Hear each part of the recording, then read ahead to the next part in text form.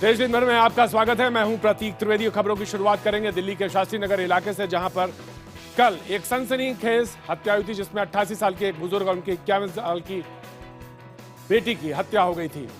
Police ने इस दोहरे हत्याकांड से पर्दा उठाया है और इसमें उनके 2 बेटों को और पोते को गिरफ्तार किया है। फोन किया ना पड़ोसी ने। अच्छा, क्या बताया था? पड़ोसी ने फोन किया, आपके जो फादर हैं और जो सिस्टर है वो जो है बेहोश पड़े हुए। हाँ, तो आप गए वहाँ पर? मैं वहाँ गया, वहाँ से पता चला, वहाँ पे जो पुलिस वालों अंदर नहीं जान दिया, बोला हॉस्पिटल ले गए हैं। हम दोनों भाई हॉस्पिटल। अब आप कत्ल की रात का ये सीसीटीवी फुटेज गौर से देखिए। शास्त्री नगर इलाके में लगे सीसीटीवी कैमरे में हत्या की रात 10:53 पर काली स्वेटर पहने यह शख्स सबसे पहले नजर आता है। ये बुजुर्ग का पोता विकास है। इसके थोड़ी ही देर बाद हेलमेट पहना एक और शख्स दिखता है। ये हरकिशन का बेटा है। गली में लगे सीसीटीवी कैमरे में ये तीनों हरकिशन वर्मा के घर में जाते हुए नजर आ रहे हैं। पुलिस ने जब सीसीटीवी की तस्वीर के आधार पर इन तीनों से पूछताछ की तो तीनों ने हत्या की बात कबूल कर ली। पुलिस के मुताबिक इसके पीछे प्रॉपर्टी का मामला है। दरअसल हरकिशन वर्मा अपनी 50 साल की तलाकशुदा बेटी के साथ अकेले रहते थे। तीनों बेटों को एक एक फ्लैट दे रखा था। सबसे छोटा बेटा पिता की सेवा करता था। बाकी दोनों बेटे अजीत और विजय उनकी प्रॉपर्टी पर नजर लगाए हुए थे। इन दोनों बेटों और पोते विकास ने मिलकर हरकिशन वर्मा और राजबाला की तकिए से गला दबाकर हत्या कर दी। कल तक ये दोनों बेटे घड़ियाली आंसू बहाकर पुलिस को गुमराह कर रहे थे। और अब आपको दिखाते हैं बंगाल में टीएमसी का बवाल, जहां पे 2 लोगों की इस पूरे बवाल में मौत हो गई। ये तस्वीरें हैं टीएमसी कार्यकर्ताओं में खूनी झड़प की। पश्चिम बंगाल के बीरभूम की ये तस्वीरें ये बताने के लिए काफी हैं कि ममता सरकार में टीएमसी कार्यकर्ता किस कदर बेकाबू हो गए हैं। वर्चस्व की लड़ाई के लिए टीएमसी के 2 गुट आपस में भिड़ गए। इस दौरान दोनों ओर से बम और गोलियां चली। बताया जा रहा है कि भिड़ंत टीएमसी के स्थानीय विधायक गदाधर हाजरा और स्थानीय टीएमसी नेता शेख काजोल गुटों में हुई और ये झगड़ा बालू के ठेके को लेकर हुआ था। बिहार से की तरफ रुख करेंगे, जहां पर विक्रम से कांग्रेस विधायक सिद्धार्थ नाथ सिंह की गिरफ्तारी के लिए छापेमारी चल रही है। उनके लेकर एक नया विवाद खड़ा हो गया। विधायक अपने शपथ पत्र को लेकर, जो उन्होंने चुनाव के दरमियान फाइल किया था, उसको लेकर घेरे में है। अपहरण के आरोपों का सामना कर रहे बिहार के विक्रम विधानसभा से कांग्रेस विधायक सिद्धार्थ सिंह पर एक और आरोप लग गया है। विधायक सिद्धार्थ ने चुनाव लड़ते वक्त शपथ पत्र में ये बताया था कि उनकी शादी नहीं हुई है, वो अविवाहित हैं। हालांकि अब सिद्धार्थ के पिता का कहना है कि उनकी शादी हो चुकी है और उनके 2 बच्चे भी हैं। सिद्धार्थ सिंह का किडनैपिंग से कोई लेना देना नहीं है। समय दिया गया है कि शायद 9 बजे वो उसको घर पर थे और उसको किडनैप किया गया। मैं सिद्धार्थ के साथ 8 बजे सुबह से लेके 11 बजे तक इसी जहां हम बैठे हैं, यहीं पर हम लोग बैठे थे। दरअसल सिद्धार्थ पर एक लड़की के अपहरण का आरोप लगा है। पुलिस ने आईपीसी की धारा 366 और 366A के तहत विधायक को नामजद आरोपी बनाया है। लड़की के पिता ने एफआईआर में आरोप लगाया है कि सिद्धार्थ ने शादी के मकसद से बेटी का अपहरण किया है। इसी की सफाई में सिद्धार्थ सिंह के पिता ने उनकी शादी की बात कही। लड़के के परिवार का कहना है कि विधायक के समर्थक केस वापस लेने का दबाव बना रहे हैं। इधर गया में सरकारी डॉक्टर की पिटाई के आरोपी आरजेडी के अतरी से विधायक कुंती देवी के बेटे रंजीत यादव ने गया कोर्ट में सरेंडर कर दिया है। अब से कुछ देर पहले जो खबर आई है, उसमें विक्रम से विधायक सिद्धार्थ नाथ सिंह ने सरेंडर कर दिया है और उनका कहना है कि इस बारे में कोई जानकारी नहीं है। वो पटना में ना होकर अपने गांव में थे, इसलिए उन्हें कुछ भी नहीं पता है। साथ ही उनका कहना है कि लड़की से उनका कोई लेना देना नहीं है।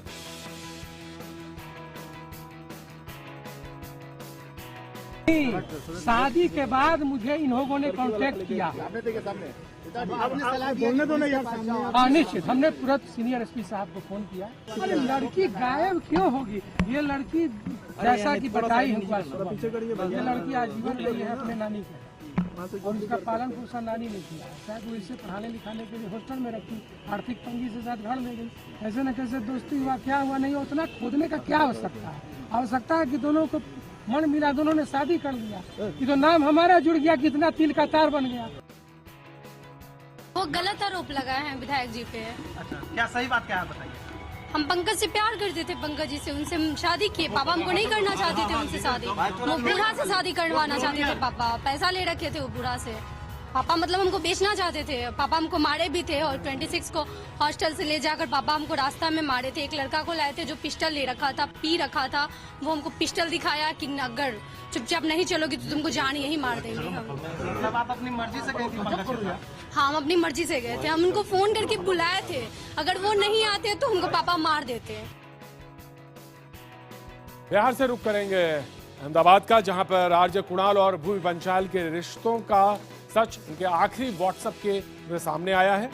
चलिए आपको दिखाते हैं सुसाइड एट सचिन टावर पर आखिर हुआ क्या था। एक मौत जो आज भी उलझी है रहस्यों के घेरे में, लेकिन इन दोनों के रिश्ते का सच भूमि और कुणाल के व्हाट्सएप चैट से सामने आ रहा है। दोनों के व्हाट्सएप चैट से साफ है कि मौत से पहले भूमि टेंशन में थी। iPhone 7 के हाथ लगी है कुणाल और भूमि के बीच की बातचीत, जिसमें आत्महत्या की अगली रात यानी ठीक 12 घंटे पहले कुणाल और भूमि की आखिरी बातचीत हुई। 20 जनवरी की शाम 5:47 पर कुणाल ने भूमि को व्हाट्सएप किया, तुम्हें मरने की ही बातें करनी है ना? You have already killed me. कल तक हॉस्पिटल में मिलूंगी तुम्हें। हॉस्पिटल? जी, I want to meet you. लोगों के लिए you have cried a lot, I know. मुझसे कोई फर्क नहीं पड़ता। तुमने मुझे फेवरेट लिस्ट से क्यों निकाल दिया? अब कुछ बाकी है? काफी देर बाद कुणाल गुस्से में भूमि को गाली देते हुए जवाब देता है, फुट निकल तेरी माँ के घर, एक्स हस्बैंड के साथ फुट। प्यार तो ऐसा होता है जो बीमारी को ठीक करे, और यहाँ तो। इसके बाद कुणाल भूमि को ब्लॉक कर देता है। फिलहाल पुलिस कुणाल के व्हाट्सएप चैट के आधार पर पूछताछ कर रही है। और हरीश जी ने जो अगली खबर लाइनअप की उसके मुताबिक दिल्ली में सफाई कर्मचारियों का वेतन न मिलने से जो 3 दिन की हड़ताल थी वो अब बेमियादी हड़ताल में तब्दील हो गई है और एमसीडी ने अब हाथ खड़े कर दिए। कब तक दिल्ली में कूड़े की राजनीति होती रहेगी? केजरीवाल बनाम एमसीडी की जंग में दिल्ली कब तक पिसती रहेगी? सवाल इसलिए क्योंकि राजधानी दिल्ली में एमसीडी की 3 दिनों की हड़ताल अब अनिश्चित काल के लिए हो गई है। यानी कब तक दिल्ली की सड़कों पर कूड़ा फैला रहेगा कोई नहीं कह सकता। केजरीवाल सरकार और दिल्ली नगर निगम के बीच चल रही रसाकशी के बीच 1.5 लाख कर्मचारी हड़ताल पर है, जिससे न स्कूलों में पढ़ाई हो पा रही है और न ही सड़कों पर सफाई। बता दें कि सफाई कर्मचारी, नर्स और शिक्षक वेतन न मिलने से नाराज हैं। मेरे को लगता है ये बहुत गंभीर सवाल है, एक बहुत बड़े घोटाले की तरफ दिख रहे हैं, इशारा कर रहे हैं। वेतन घोटाला दिल्ली के नगर निगमों में हुआ है भाजपा के शासनकाल में और अब ये सामने आ गया है। कूड़े के ढेर लगने पे मजबूर कर रही है केजरीवाल सरकार। मैं केजरीवाल जी से अपील करता हूं कि राजनीति से बाज आएं और दिल्ली नगर निगम के कर्मचारियों के हक का पैसा जो आप रोक के बैठे हुए वो जल्द जारी करें। यूपी विधानसभा का बजट सत्र शुरू हुआ जो कि हंगामेदार रहा पहला दिन। वहां पर बीएसपी ने हंगामा किया, आरएलडी ने हंगामा किया और प्ले कार्ड लेकर बाकायदा हंगामा हुआ। ये उत्तर प्रदेश विधानसभा के बजट सत्र की शुरुआत विपक्षी दलों की नारेबाजी और हंगामे के साथ हुई। दोनों सदनों की संयुक्त बैठक में राज्यपाल राम नाईक अपना अभिभाषण पूरा नहीं पढ़ पाए। राज्यपाल राम नाईक की अपील का कोई असर नहीं हुआ। जैसे ही वो संयुक्त सत्र को संबोधित करने के लिए खड़े हुए, बीएसपी सदस्य राज्यपाल वापस जाओ के नारे लगाते हुए सदन के बीचों बीच आ गए। बीएसपी, कांग्रेस और आरएलडी के सदस्य हाथों में सरकार विरोधी नारे लिखे बैनर लहराते रहे। किसानों, कानून व्यवस्था, सांप्रदायिक हिंसा जैसे मामलों को लेकर सरकार को घेरा गया। बहुजन समाज पार्टी ने सदन के अंदर से माननीय अध्यक्ष जी के उस राज्यपाल जी के भाषण का अभिवाचन का बहिर्गमन कर सदन का परित्याग किया है और हम समझते हैं माननीय अध्यक्ष जी को उस भाषण को कतई नहीं पढ़ना चाहिए जो राज्यपाल जी पढ़ ही नहीं पाए। हालांकि बाद में शोर शराबे के बीच यूपी के राज्यपाल ने अपना पूरा अभिभाषण पढ़ा। फिलहाल विधानसभा को 8 फरवरी तक के लिए स्थगित कर दिया गया है।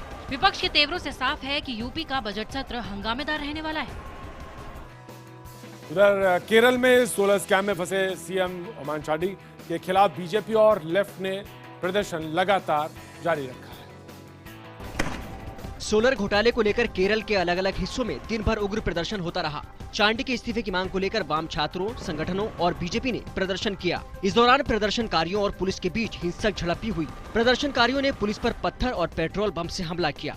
वहीं भीड़ को तितर-बितर करने के लिए आंसू गैस के गोले छोड़े और लाठीचार्ज भी किया। बता दें कि विजिलेंस कोर्ट ने सोलर घोटाला मामले में चांडी के खिलाफ एफआईआर दर्ज करने के आदेश दिए हैं।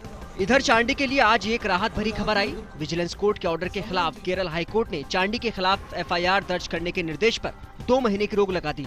इस मामले में आरोपी सरिता नायर ने न्यायिक कमीशन के सामने कहा था कि उसे सीएम के बेटे को बिजनेस पार्टनर बनाने को कहा गया था। हालांकि ओमान चांडी इन आरोपों से शुरू से इनकार कर रहे हैं। वाराणसी से मुंबई जा रही महानगरी एक्सप्रेस को उड़ाने की साजिश नाकाम कर दी गई और एक यात्री की सूझबूझ से सैकड़ों यात्रियों की जान बच गई।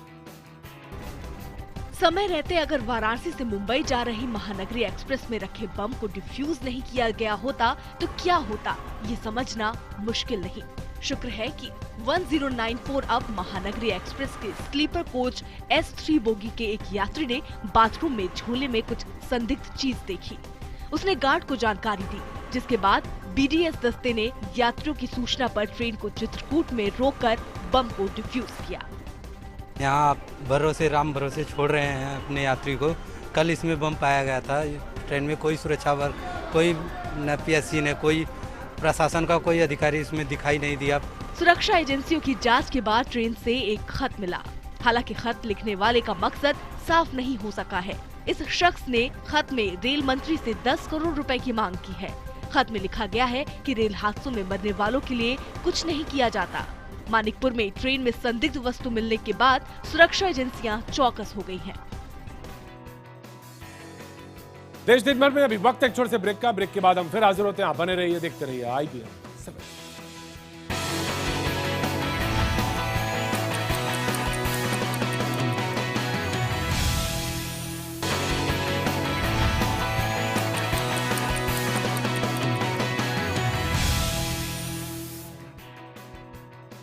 देश दिन भर में आपका एक बार फिर स्वागत है और अगली खबर जो है मुंबई से है, जहां पे एक 40 फीट की व्हेल और 25 टन जिसका भार था वो मरी हुई मिली, जिसको देखकर मुंबई वाले चौंक गए। इतनी बड़ी व्हेल मुंबई में कभी नहीं दिखी। वन विभाग ये जानने की कोशिश कर रहा है कि आखिर व्हेल की मौत के पीछे कारण क्या है। लगभग 40 फीट लंबी और 25 टन वजन वाली इस व्हेल की खबर जैसे ही फैली, देखने के लिए मुंबई के अलग अलग हिस्सों से लोग जुहू चौपाटी पहुंचने लगे। दरअसल ये व्हेल गुरुवार देर रात समंदर में दिखी। अंधेरा होने की वजह से लोगों को ज्यादा कुछ समझ में नहीं आ रहा था। मौके पर पुलिस भी पहुंची। सुबह नजर आया कि ये एक मरी हुई व्हेल है। का पोस्टमार्टम करने वाले हैं। पोस्टमार्टम में पता चलेगा क्या उसका क्या डेथ का रीजन क्या है। सुपरफिशियली उसको कुछ वुंड्स नहीं है। जानकारों का मानना है कि इस व्हेल की मौत 3-4 दिन पहले ही हो चुकी है और समंदर की लहरें इसे किनारे पर ले आई हैं। वन विभाग के अधिकारियों ने इतनी बड़ी मरी हुई व्हेल को चौपाटी के नजदीक ही दफनाने का फैसला किया है। एक बलात्कार पीड़ित लड़की ने इंसाफ के इंतजार में और खुदकुशी कर ली। वाकया छत्तीसगढ़ के भिलाई शहर का है, जहां पर एक पिछले साल यानी 2014 में एक लड़की पेट दर्द के लिए गई थी अस्पताल इलाज कराने, जहां पे एक डॉक्टर और 2 सिपाहियों ने उसके साथ बलात्कार किया। भिलाई में एक बलात्कार पीड़ित लड़की ने न्याय नहीं मिलने के चलते मौत को गले लगा लिया। लड़की ने अपने सुसाइड नोट में इस बात का जिक्र किया है। दरअसल करीब साल भर पहले साइंस की पढ़ाई कर रही छात्रा सुपेला सरकारी अस्पताल में इलाज के लिए गई थी। देर रात अकेलेपन का फायदा उठाते डॉक्टर और अस्पताल परिसर में स्थित पुलिस सहायता केंद्र के 2 आरक्षकों ने लड़की के साथ मिलकर गैंगरेप किया था। हालांकि लड़की की शिकायत पर पुलिस ने तीनों आरोपियों को गिरफ्तार कर जेल भेज दिया था। तब से लेकर अभी तक अदालत में सुनवाई जारी है और 2 फरवरी को मामले की सुनवाई थी। इसी से तंग आकर उसने ये कदम उठाया। सुसाइड नोट है, उसमें सुसाइड नोट में लिखी है कि मुझे न्याय नहीं मिल पा रहा है इन लोगों से, ये आरोपियों का नाम लिखी है, इसलिए सुसाइड कर रही है। वही पीड़ित परिवार ने आरोप लगाया है कि उन्हें केस को रफा दफा करने के लिए धमकियां भी दी जा रही थी। फिलहाल पुलिस ने मामला दर्ज कर जांच शुरू कर दी है। देश दिन भर में आज अभी सिर्फ इतना ही, लेकिन आप बने रहिए, देखते रहिए IBN।